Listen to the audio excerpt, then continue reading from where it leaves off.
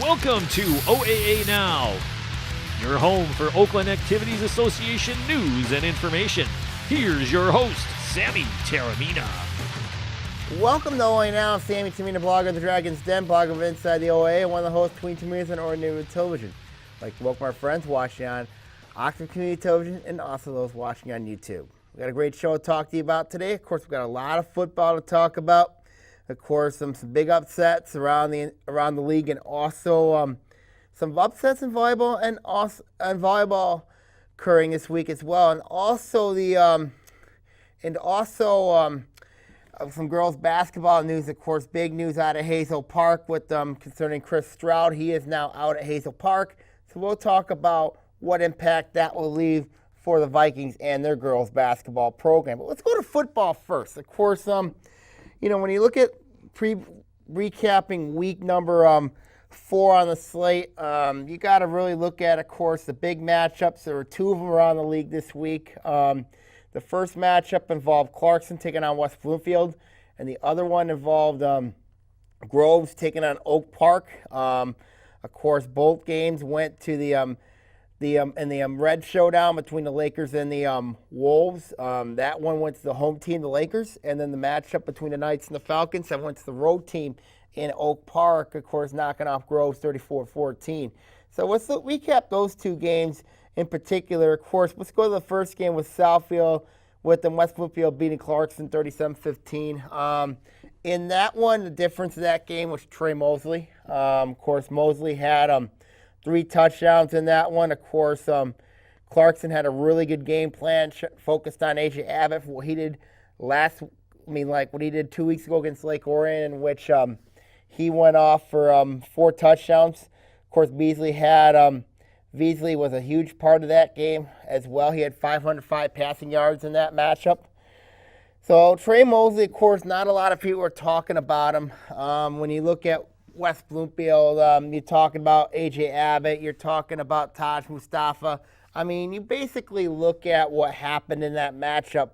It was really much, it was a Bryce Beasley show with Mustafa did catch a touchdown in this game, but it was really Trey Mosley that stole the show in that one. Beasley went 23 for 35 for 325 yards. And 4 touchdowns.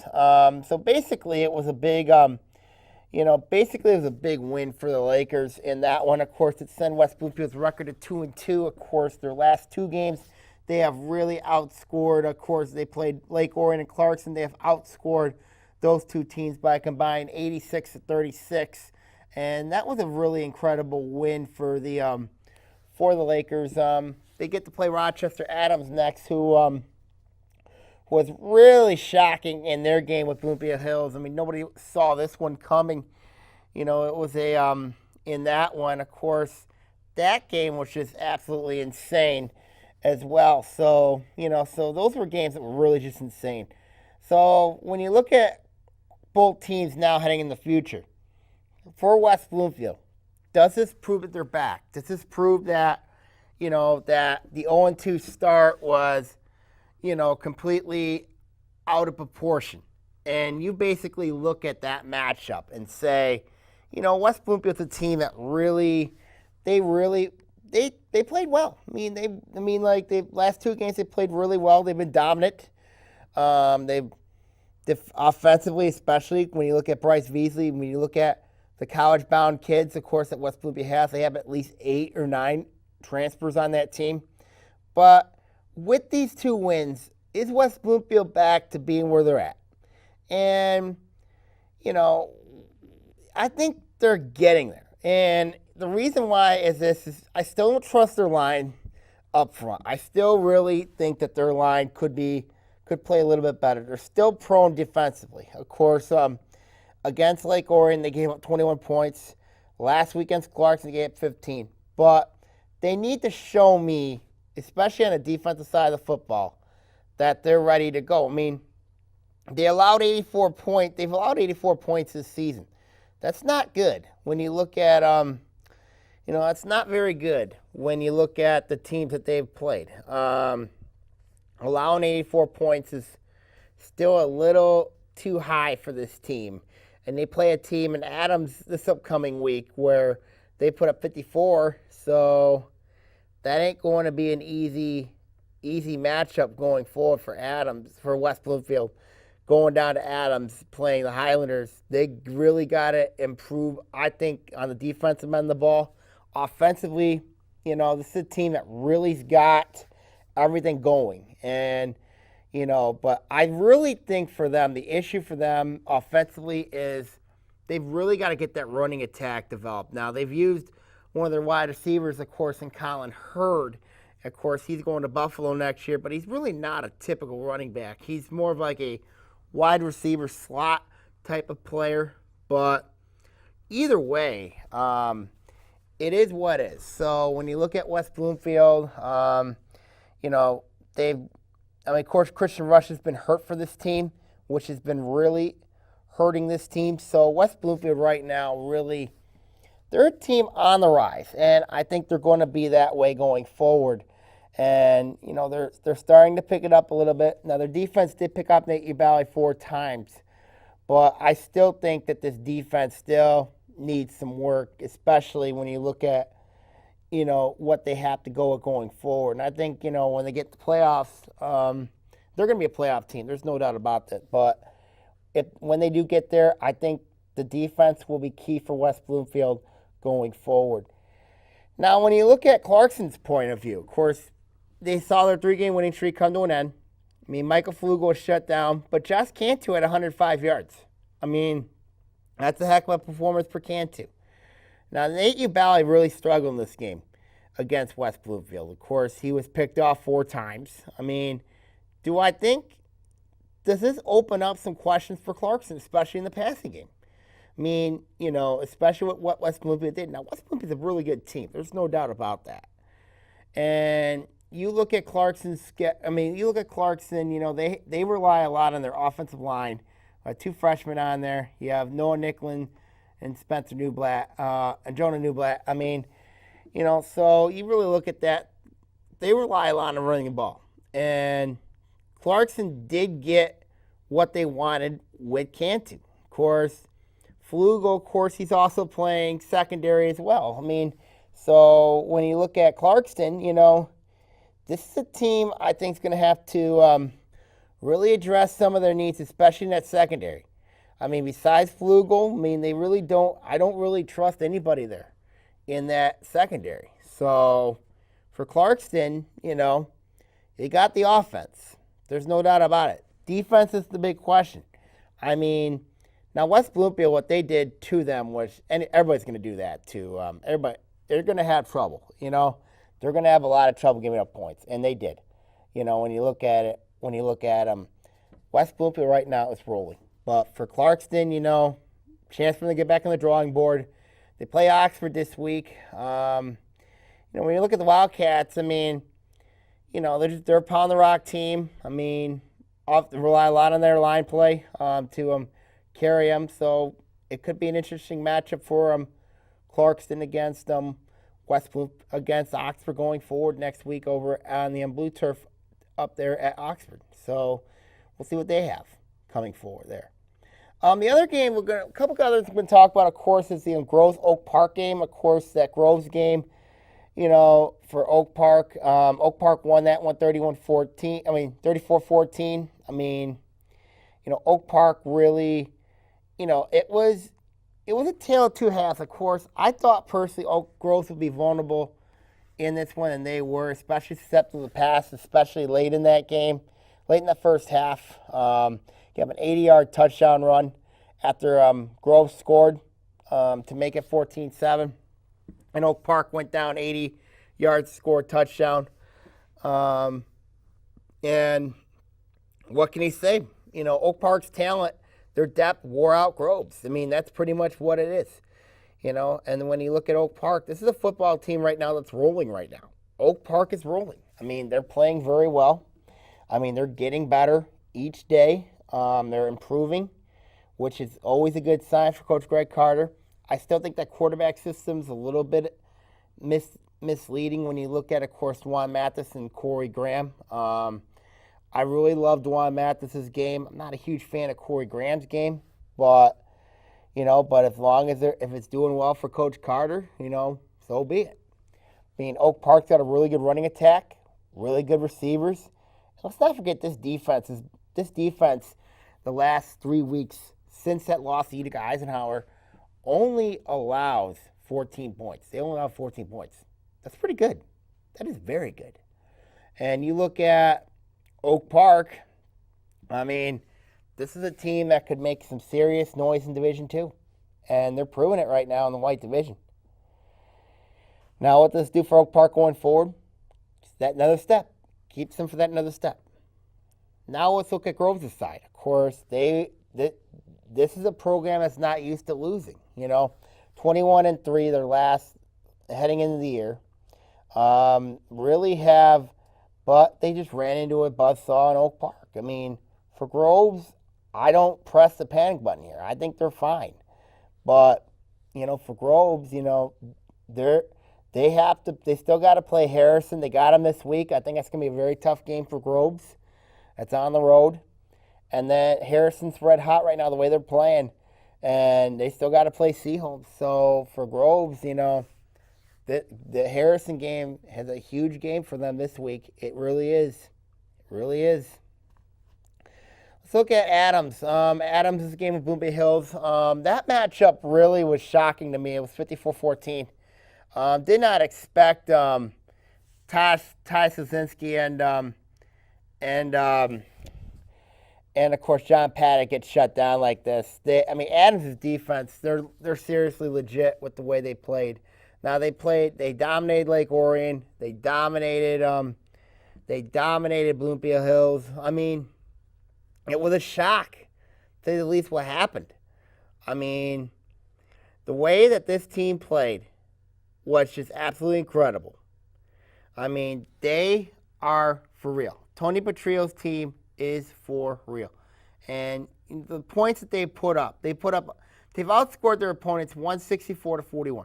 That's incredible. So what does this do for Adams? They got a big one in West Bloomfield coming up. Won't be an easy game for them.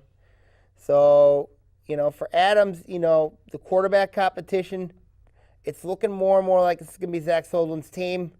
But Carter Ferris has played some roles in this team as well. But I think this is looking more and more like Zach Sullivan's team. And for Adams, they're going to need both quarterbacks, especially against this West Bloomfield team coming up at home. So we're going to see what Adams is made of heading into that matchup. We're going to really see what they're made of. But now what does this loss do for Bloomfield Hills? For Bloomfield Hills, for them, I think what's going to help them is they play Troy Athens this week. We're going to see how they respond, especially when they play next week against Lake Orion. So for Bloomfield Hills, this is a match. I did not expect their defense to give up 54 points. Nobody did. This was mind-boggling, to say the least. So Dan Lawyer's got a lot to fix. I don't think he's going to be able to fix his. I don't know if they're going to be tested as much against Troy Athens as people think when they play them. But really, when you look at how Bloomfield Hills' response is going to be, it's going to be next week when they take on Lake Orion. So that'll be a really interesting matchup there for them going forward. Other games, of course, the team that's really hot right now is Hazel Park. And you look at the Vikings, ever since Gary Griffith came over to Hazel Park, nobody thought that Griffith would be able to turn around a defense that was so awful last year. They were one of the worst defenses in the league. Last year they allowed 378 points. So far this year in 4 games, they've only allowed 67 points. That's incredible. What Gary Griffin's done with his team. And, now they got a very interesting matchup coming up with Clintondale. They just went and beat Farmington. Farmington, in my opinion, is really overrated this year. They had a lot of hypes around this team. Now they're struggling. And you look at Hazel Park, nobody's talking about this team. One of the small school teams in the state, in the league. And right now they sit 3-1. Really nice spot right now for them. So that's a team right now that's red hot right now is Hazel Park. And the last 2 weeks, Hazel Park has played really well. especially on the defensive side of the football, where they've only allowed 14 total points, since that Avondale game. And that's something to say a lot to. That says a lot about what Hazel Park brings to the table. So when you look at Hazel Park, they're rolling right now. They're red hot. So for Hazel Park, they got a big one as mentioned with Clintondale. Clintondale's 4-0. Very good team. They put up 50 points 3 last 4 games. So we're going to see what type of defense Gary Griffith's defense made of this week. But Hazel Park right now rolling, especially on that side of the ball, the defensive side of the ball. Now what does this do for Farmington? Of course, Farmington's a team I think has not been the same team. I thought the move down the blue should have helped them. The coaching change from John Bechtel to Corey Saroch, I don't think that has worked really well for this team. So when you look at it, Farmington, I think Farmington's in a lot of trouble. Now for them, thankfully, they play Pontiac this week.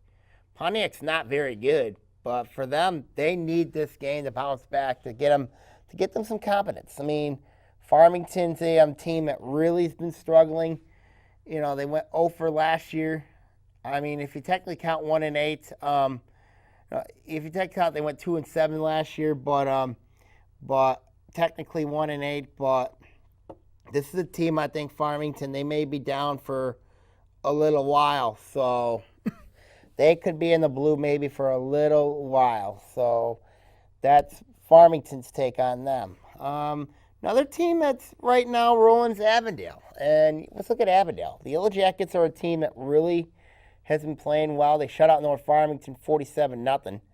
When you really look at it, at the end of the day, this was a team I thought would be favored in the blue. They're scoring a ton of points. In league play, they're allowing 37 points, but still, that's a little too much. But for Avondale right now, the way they're playing, I like what Ed Katir has done with this team ever since the 0-2 start.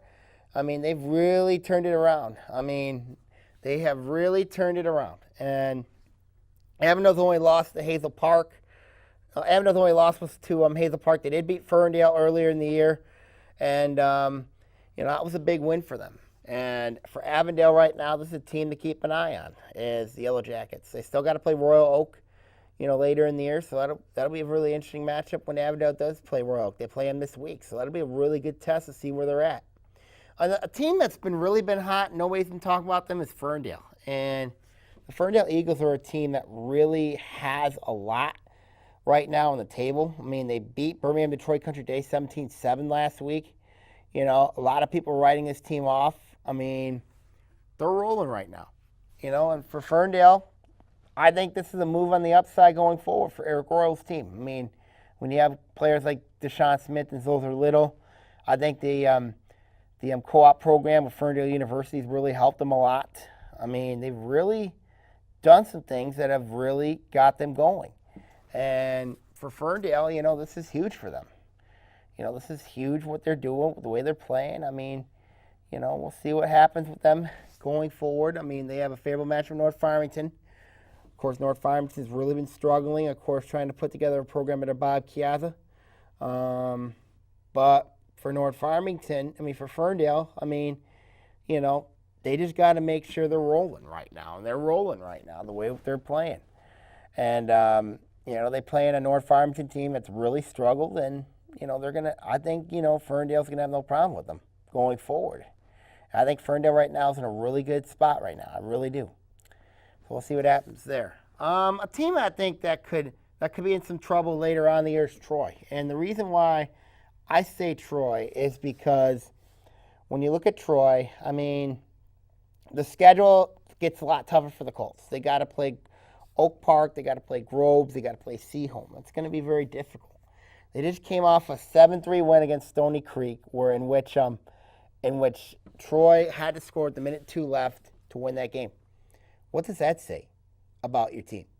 You've won 2 games by combined 11 points, and they're not as good a teams as people think they are, but they won those games. So basically, now you're saying is, I'm right now back. I'm sitting at 3-1. Everything's looking good. Then you got to look at that schedule and say, you got to play Oak Park, Groves, and Seaholm. Ugh. It's not going to be easy for Troy. They have Berkeley this week. They should beat Berkeley. Be shocked if they don't. I mean, Rochester beat them 32-16. I mean, Berkeley's really struggling. I mean, really is. I mean, you know, and then when you look at Rochester Seaholm, of course, that'll be an interesting matchup right there. So, you know, for Troy, the schedule's going to get a lot tougher for them going forward. Stony Creek, same thing. I think they're in a lot of trouble too.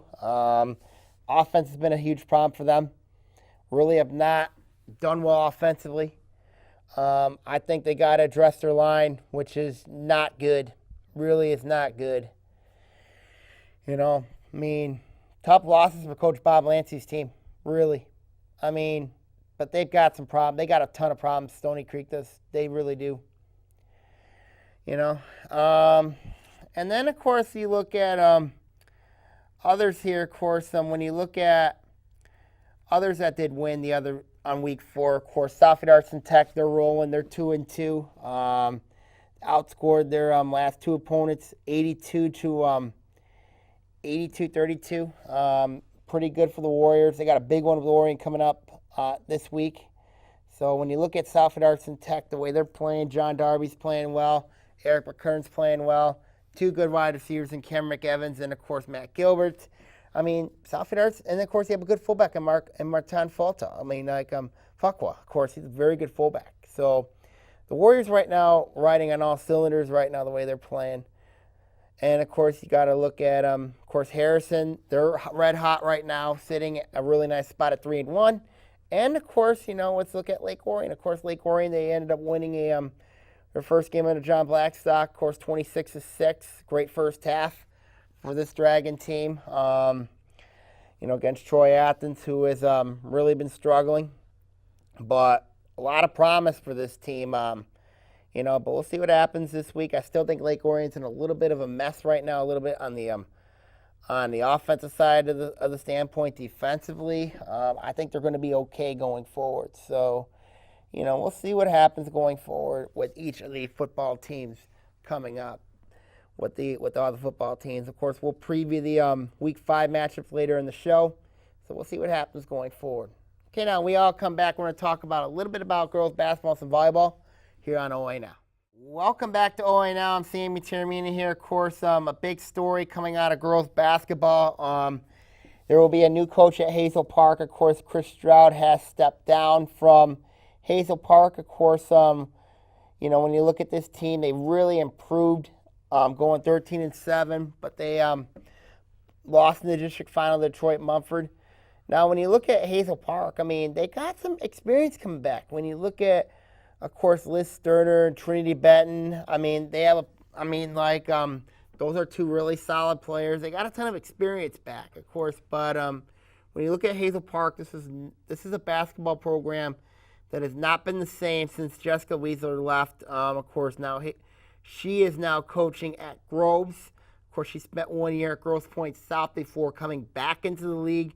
Going to be coaching the Falcons. I mean, so this is going to be really interesting to see what Hazel Park does. Of course, they're going to have another coach in there trying to change the culture around. Of course, I thought the culture under Stroud was starting to turn last season. Of course, when they turned the table, going 13-7. Of course, losing that district final to Detroit Mumford. I mean, when you look at improvements, of course, Hazel Park was one of those teams that really took a step forward. Of course, the other team being Avondale, of course, what they went through, of course, you really look at Hazel Park. I mean, this is a job where I think it could be a really interesting job because you're going to have some kids coming from in the Hazel Park area. You have some kids, you know, some of them could go in from Detroit. You can bring them in from Warren, that Warren area. You know, they're in an interesting area where it borders Macomb County to the east. You have Wayne County to the southeast. I mean, it's a really interesting area for Hazel Park. I mean, But I think this program needs stability. And the problem with these teams is you really don't have a lot of stability out here when you're looking for new coaches. Of course, let's look at the new coaches this year. When you look at in the girls basketball ranks, when you look at, of course, you look at girls with Jessica Weisler. You look at and of course you have new coaches over at Rochester. You look at with and then of course you have new coach at Lake Orion. A lot of the things here, they're looking, teams need stability. And, it's really hard to build stability these days. When you look at coaches that have been there for a long time, let's look at, we look at, of course, you look at Adams with Shea Lewis. Coaches that have been there for a long time. You look at Jeff Rubin at Bloomfield Hills, Michelle Marshall now at Southfield Arts and Tech, Jeff Simpson at North Farmington. You really look at the coaches that have brought stability to the league. I think it's a really important thing to have stability in the coaching ranks. And, and I don't think we have that right now. I really don't, and I don't know why.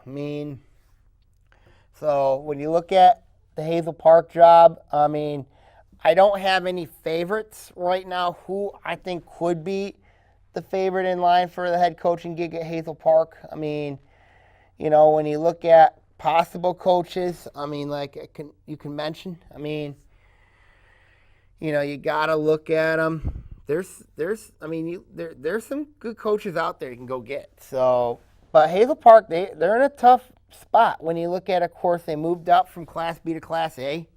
And you're in a district with Detroit Renaissance, with Warren Fitzgerald, Oak Park, and Berkeley. That's not going to be an easy district. But I think what's going to help Hazel Park is both Berkeley and Oak Park is in the Blue Division. But what doesn't help is you got Warren Fitzgerald and Detroit Renaissance. Of course, both those teams you don't see every day. I kind of wish Hazel Park would see a team like Warren Fitzgerald in girls basketball. I think it'll be a really interesting matchup, but I don't think those four teams would match up with Detroit Renaissance with the talent they have there, and it could be a really tough cookie to swallow for Hazel Park. But to build a program there, I think would be a really good challenge for whoever gets the gig over there. Whoever gets the gig at Hazel Park is going to have a really tough challenge, especially being in that Blue Division. You still got to deal with teams like Berkeley, who I think is the favorite in the Blue Division this year, along with an underrated Farmington team, a Harrison team, who actually one of the favorites, along with Avondale in that division. So, so it's not going to be an easy situation if you're thinking league titles for Hazel Park. If you wanna bring stability, be there for a while, Hazel Park's a good place for you to be at. It's an interesting job. It's a good place. Good people down there. So we'll see what Hazel Park brings to the.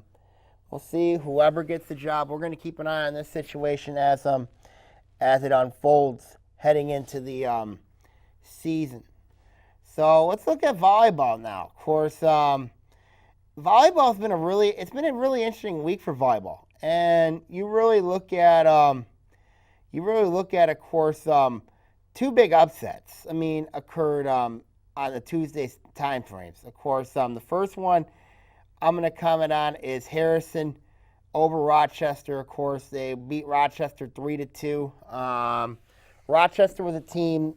Last week came off a Copper Cup final where they lost the Raymond Detroit Country Day, but Harrison ended up beating them in 5 games. Of course, Harrison, I thought, would be a team that has some questions. I think they've really have answered the bell a little bit for Coach Michael Love.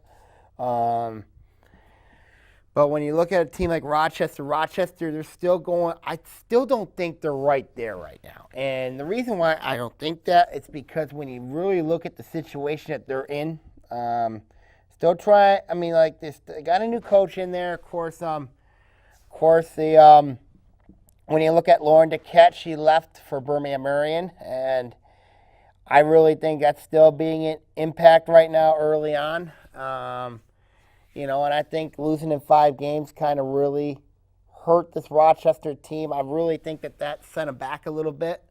So when you look at Rochester, when you really look at Rochester, I think it's going to be really interesting to see where they are going forward. I thought they would compete with Adams right away, but when you look at a team like Harrison, Harrison could give Adams fits, but I think Adams' experience would be too much for Harrison. But either way, it's a good win for Harrison. Great win for the Hawks to go in there, beat a team like Rochester. Of course, Rochester's got a lot of proven commodities, especially because that Rochester area is very talent-rich in volleyball. Of course, when you look at the 3 Rochester schools there with Stony Creek, Rochester, and also Rochester Adams, and you really look at those teams, really it creates some stability. It really does. When you have volleyball-rich talent there, you have some coaches that are really proven, and of course, especially over at Stony Creek with Ross Talbot, and over at Adams with Bridget Harding. So speaking of Stony Creek, of course, this comes to my second topic, and this was a big upset to me on Tuesday, last Tuesday, when Stony Creek went into Lake Orion. Stony Creek beat Lake Orion in 5 games. Now, kind of want to put a little bit of an asterisk on it because Paige Briggs did not play in that game because of her back injury. If Briggs would have played, I think Lake Orion beat Stony Creek. There's no doubt about it. So when you look at it, now Stony Creek did also win over Bloomfield Hills in 3. That was a shock to me, which I thought Stony Creek would have some issues, especially with Alexa Rousseau. But I did not see that one coming, in which I thought Bloomfield Hills' experience would be key in this matchup. However, Stony Creek, of course, you look at, the Straighten sisters, Molly Asmuth, they got some other emerging players on that team. For a team like Stony Creek under Ross Talbot, of course, he's really gotten that team going right now. When you have 2 big wins against 2 very good teams, it's a heck of an accomplishment for Stony Creek. It really is. And now they play on Tuesday against Clarkston on the road. We're going to see what type of team they're made of. Of course, Clarkston they had a really nice showing on Saturday at the Farmington Hills Mercy Invitational. Of course, they made it to the final, and before losing to Farmington Hills Mercy. Now, Farmington Hills Mercy is a really good team. In that really good team, of course, the Marlins are very solid team. But for Clarkston, they've really had some strong showings, but they haven't won the tournament so far. But there's still a lot of season left. Clarkston's still a very talented team. When you look at, of course, you have Kaya Lukenbach. You look at a girl like, and then you have Abby Malinowski on that team. I think that game with Lake Orion in 2 weeks is going to be really interesting for Clarkston. I really do, because that could be a district final preview, and that could be a really, really interesting matchup there. A team that really, I thought played really well, is Troy, and of course they won another tournament this week, and it was the Tribune Invitational. The Troy Colts won that one, of course. No surprise, Jessica Robinson, Fran Ailio on that All-Tribune team. Troy's a solid team when you look at it. I think they're my favorite in that district to do damage this year. They really could do some damage. And, when you look at that team, the Colts are solid. Troy is going to be a team I think that could do some damage. When it gets into later in the playoffs. Now, do I think, are they a team that could threaten a team like Birmingham Marion or Bloomfield Hills? No. But they could beat Bloomfield Hills. But could they beat Birmingham Marion? Sure. It can happen. It really well can happen. But Troy's in a really good, nice district. Do I think, I think Troy has to beat somebody really good to say, well, we could people could take them seriously. I mean, when you look at it, Troy, they're playing well right now. There's no doubt about it. But if you beat like the big two, which I call the big two, like Lake Orion and Clarkson, then you got something here. You really do. Let's look at Lake Orion. Of course, as mentioned, Paige Briggs' back injury really was huge in that loss to Stony Creek. She did not play in that game. She did play in their Thursday match with Troy Athens and also at the Portage Central Invitational where they made the final before losing to Rockford in 3 very good games over there up in Portage. When you look at Lake Orion, when healthy, this is a very good volleyball team. But when you look at what happened in that matchup with Stony Creek, mistakes really hurt this team. You can't make mistakes if you want to be a league champion. There's no doubt about that. Everybody knows it.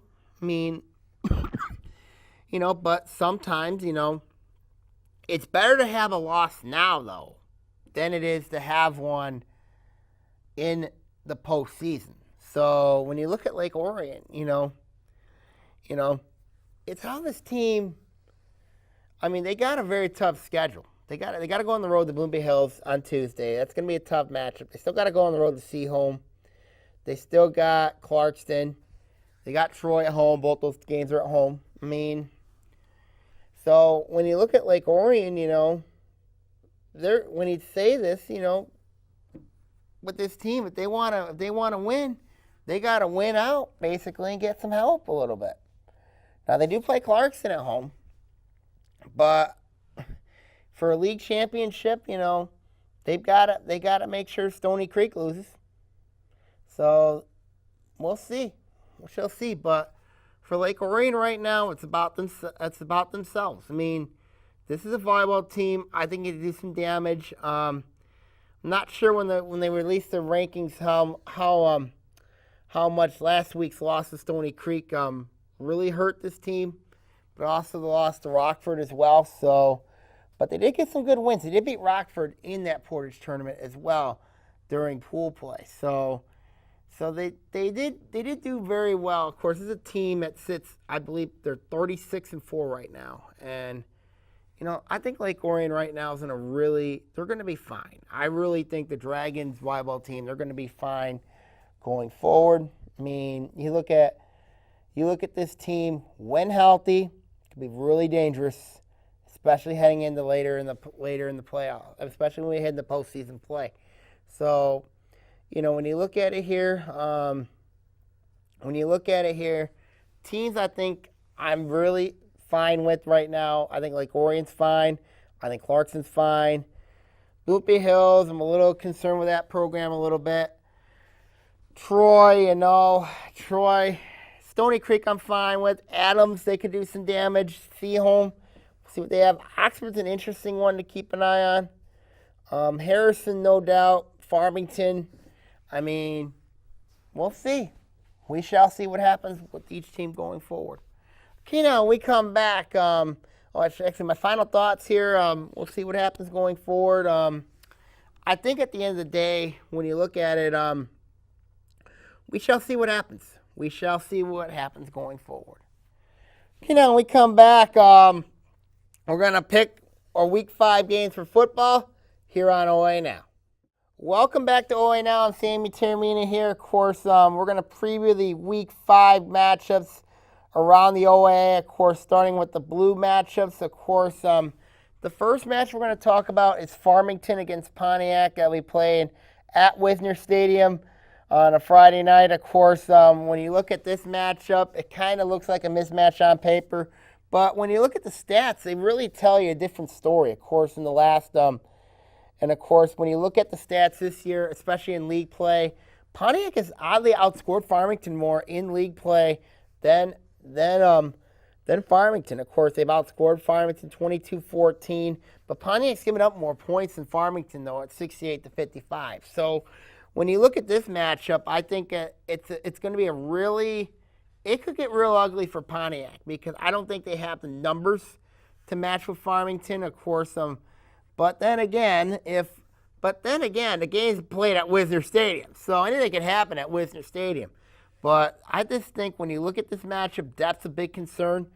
And at the end of the day, I just think that when you look at this matchup, I just think Pontiac's grossly outmatched here by Farmington. Of course, last week Royal Oak just took them behind the woodshed and killed them 42-6.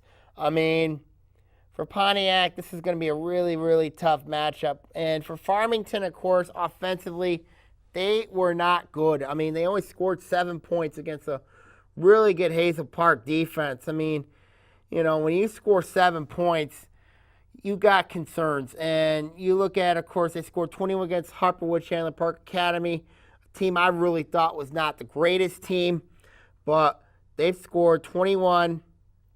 The whole month of September has been a complete disaster for Farmington. They've only scored in the month of September is 35 points, and that's not good when you look at them. That's really not good when you look at what this team was projected to finish. I mean, what were they projected to become? And, I think Farmington will win this game, but I think Pontiac, and they've really struggled. I think they're going to try to keep it close, but I just think, with the way that the injuries, the numbers, it's really affected Pontiac, and I think it's going to be a long game for Pontiac at Wisner Stadium. It's unfortunate, but, it's going to be a really, really tough to see. I don't see Pontiac pulling off the upset against Farmington. It's going to be a really tough matchup for the Phoenix, no doubt, against a Falcon team that desperately needs a win in that matchup. Next is the battle of the teams that were brown and gold. Of course, it is Ferndale taking on North Farmington. That'll be played at North Farmington. In this matchup, of course, you have one brown and gold team that's really hot, while the other one, not so much. And Ferndale's a team, when you look at this Eagles team, they've really played well. I mean, they were 8 points from being undefeated right now. And you basically look at what Ferndale's done. They shocked Birmingham Detroit Country Day last week, a team that was in the Division IV playoffs last season. Basically beat them 17-7. It was a huge accomplishment for Ferndale, to go and beat a team like that, as prestige as Birmingham Detroit Country Day. Now, they're not, a prestige of football power. Now, we know they're a girls' basketball power. But, for Ferndale, it's a big accomplishment for the Eagles to win that game. I mean, they have it right, if you go on their Twitter page. I mean, they deserve to talk right now the way they're doing, the way they're playing. I mean, they are playing very well football right now. They're playing good football. Their defense is stout. I mean, Eric Rowe's done a really nice job with that team, getting them ready for the season, and they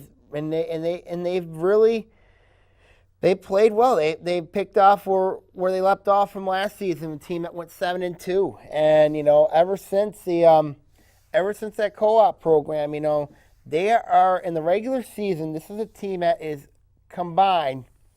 They are 10-3. That's incredible.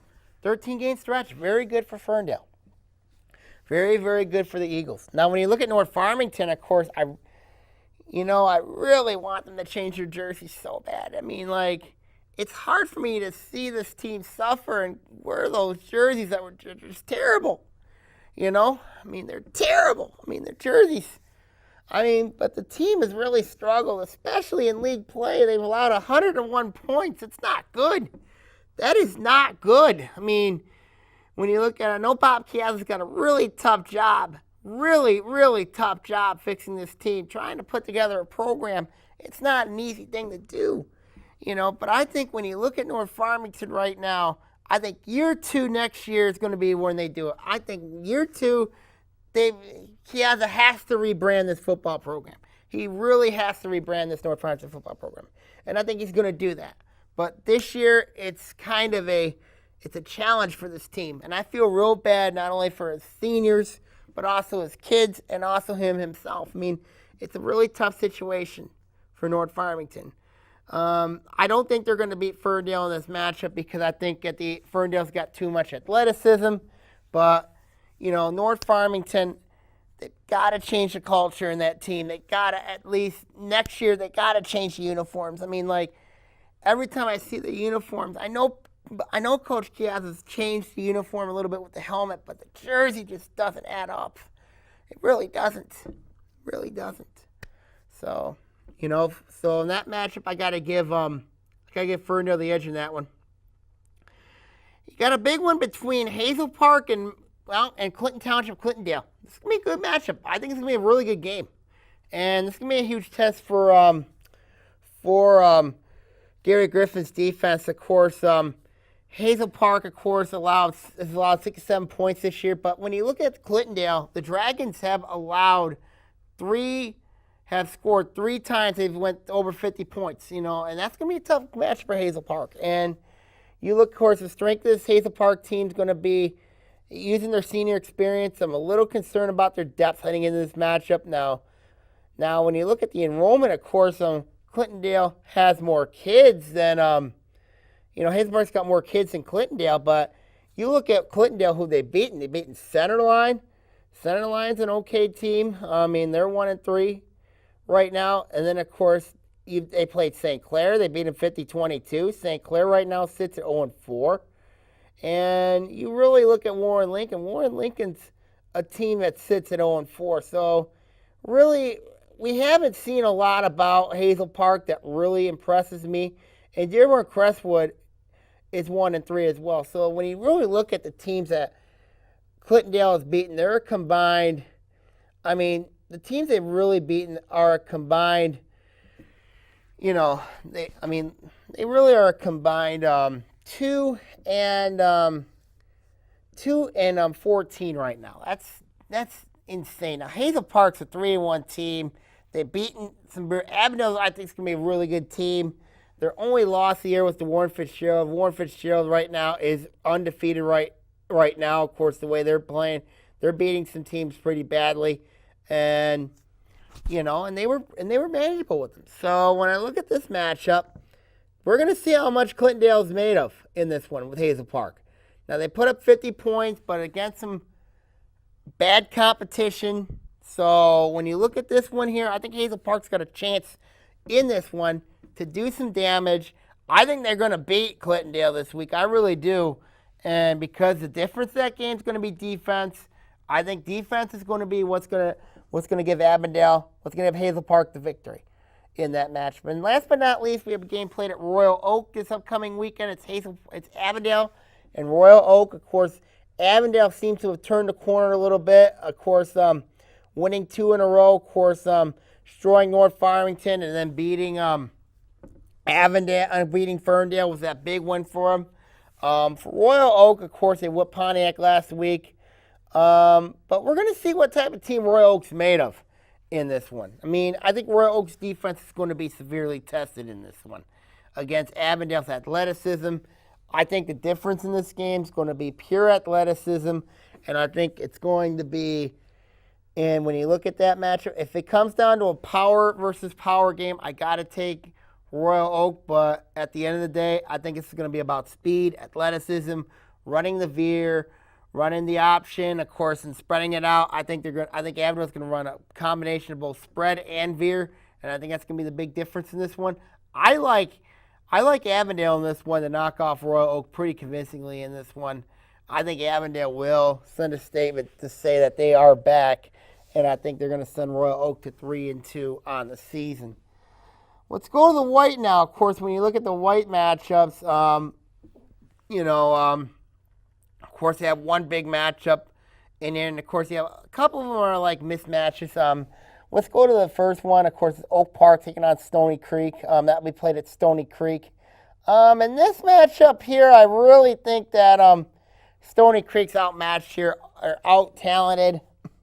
I think depth's going to be an issue in this one.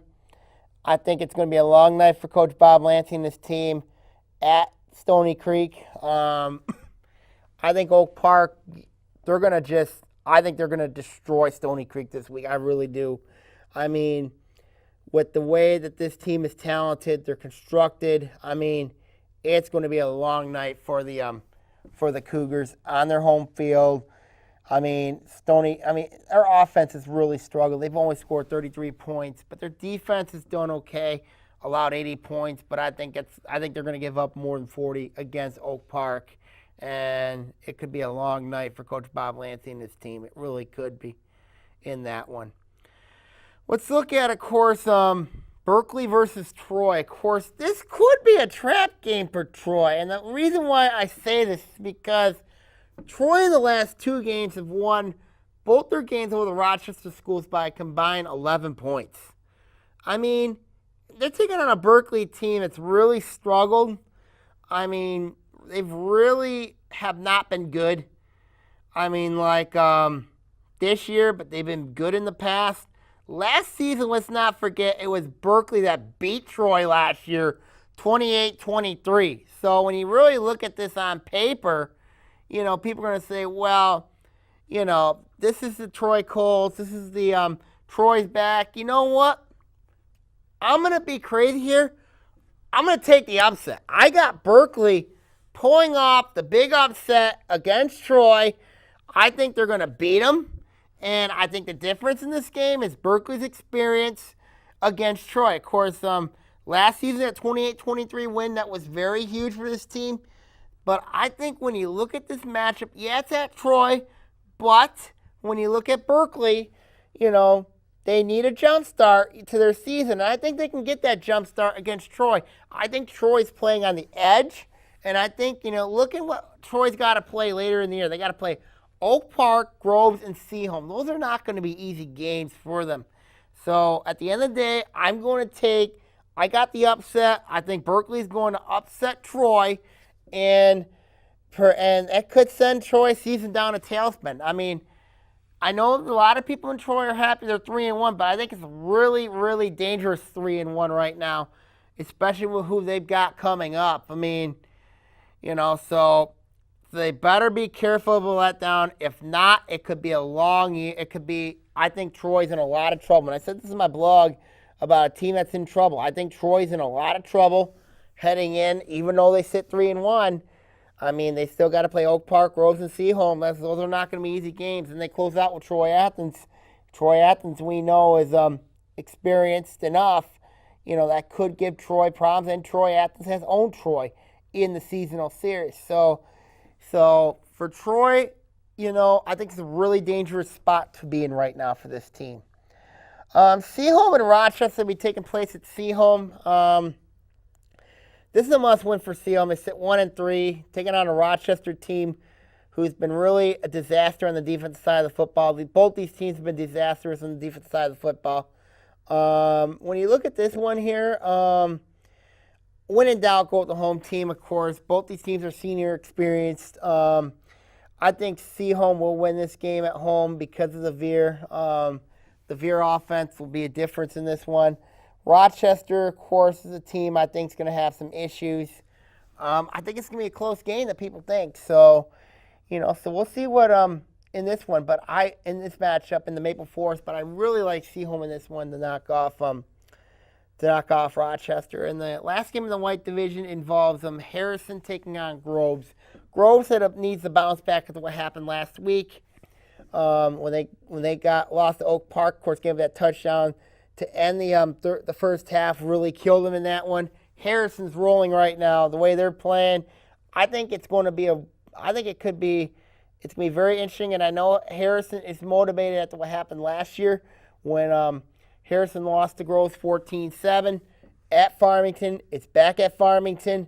I mean, so when you look at this matchup, I think Harrison's going to get the revenge this year, and I think it might not even be close. So it could be another tough loss for the Falcons heading into this matchup. So, you know, another team right now is living on the edge right now is Grove. So we'll see what they have going forward with that team. But I like Harrison that matchup against Groves. And last but not least, we got the red matchups. Of course, you know, the big matchup is West Bloomfield versus Adams this week.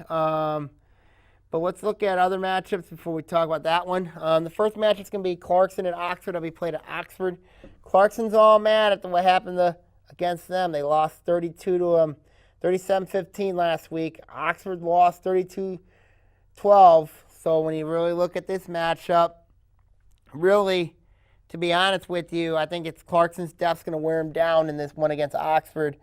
And I think at the end of the day, if Oxford, the only way I can see an upset here is if Oxford can play time possession football against Clarkson. I don't think they have the horses against Clarkson to do that. And I think it could be really interesting for about a half, but I think Clarkson's going to pull away late in this one. I think it's going to be maybe a 3-score game. I really like Clarkson this one pretty convincingly over Oxford, but I think Oxford's going to keep it close for a half like it did against Southfield Arts and Tech last week. Was when Southfield pulled away late in that one. Bloomfield Hills, Troy Athens, that we played at Bloomfield Hills. John Paddock, Ty Selzinski, I think are going to be difference makers in that matchup. I think it's going to be a really interesting game right there. And I think at the end of the day, got to give an edge to Bloomfield Hills, the passing attack of Paddock and Selzinski. That's going to be a difference. But you know what? I think they're going to run the ball in this one. I really do. I think Bloomfield Hills is going to get some things corrected like happened last week against Adams defensively. Of course, defensively is going to be the key in that matchup. I just think Bloomfield Hills is a little bit more sound defensively than Troy Athens is offensively. So I'm going to take Bloomfield Hills in this one pretty convincingly to knock off Troy Athens. Get some ready for that Lake Orion matchup coming up next week. Speaking of the Dragons, it's their Mother's Wish game against Southfield Arts and Tech. And this is an interesting game because last season it was the Dragons that beat the Warriors 21-14. And you look at Southfield, and you look at, of course, now Southfield Arts and Tech had a lot going on. Of course, what happened last year with the passing of Kara Allen, of course, what happened to her. And you look at that matchup with Lake Orion. Lake Orion is a team that is going through a lot of issues right now. The way especially their first 3 games early on, it seemed like last week they kind of turned the corner a little bit. But we'll see what type of team they're made of this week against a very good Warriors team. And you look at, of course, Southfield Arts and Tech. You have John Darby. You have McEvans on one side. You have Matt Gilbert on the other side. You have Cameron McEvans on the other side. And, of course, you have Eric McKern. Of course, McKern last year burned the Dragons for both the Warriors' touchdowns last year. So when you look at this matchup here, I mean, the key's going to be is that mismatch is going to be the Dragons' pass defense against Southfield Arts and Tech's passing offense. And I think that's a mismatch in favor of Southfield. And then when you look at Lake Orion, of course, Lake Orion's run defense is very, very good. And, so I think it's going to be very interesting to see what happens. I think it's going to be a very close game. I really do. But when you look at this matchup here, really look at it here, of course, Southfield Arts and Tech went to Clarkston, lost 17-7 to the Wolves back in week 2. I think Lake Orion has the athletes to pull this upset off again for the second straight year. I think they can do it. I mean, but it's gonna be tough. But if there's a team I think that can do it, I think it's gonna be Lake Orion. And you look at this Lake Orion team. Offensively, it's gonna be a challenge for this team. I think they're gonna score on Southfield. The question is going to be, can they stop Southfield? Of course, that's the $1 million question. So we'll see what happens. Of course, Southfield Arts and Tech defensively has played much better than they've showed. They play in league. So in Lake Orion, of course, they managed to put something together last week against Troy Athens. So, this will be a good matchup. I think it's going to be a really, really good matchup. And then last but not least, we got Adams and West Bloomfield. Great matchup here. The key is, where's Vincent Gray guarding, and who else is guarding that team? I think at the end of the day, I think West Bloomfield is going to beat Adams. The games we played at Rochester, Adams, but I think it's going to be the Lakers that knock out the Highlanders. I just think too much talent where the Lakers to see them going forward. So we'll see what happens going forward there in that matchup. All right, everybody, I'm going to sign off here. Wish everybody the best of luck coming up. next week. So see you all soon, everybody, and see you all next week. Take care, everybody.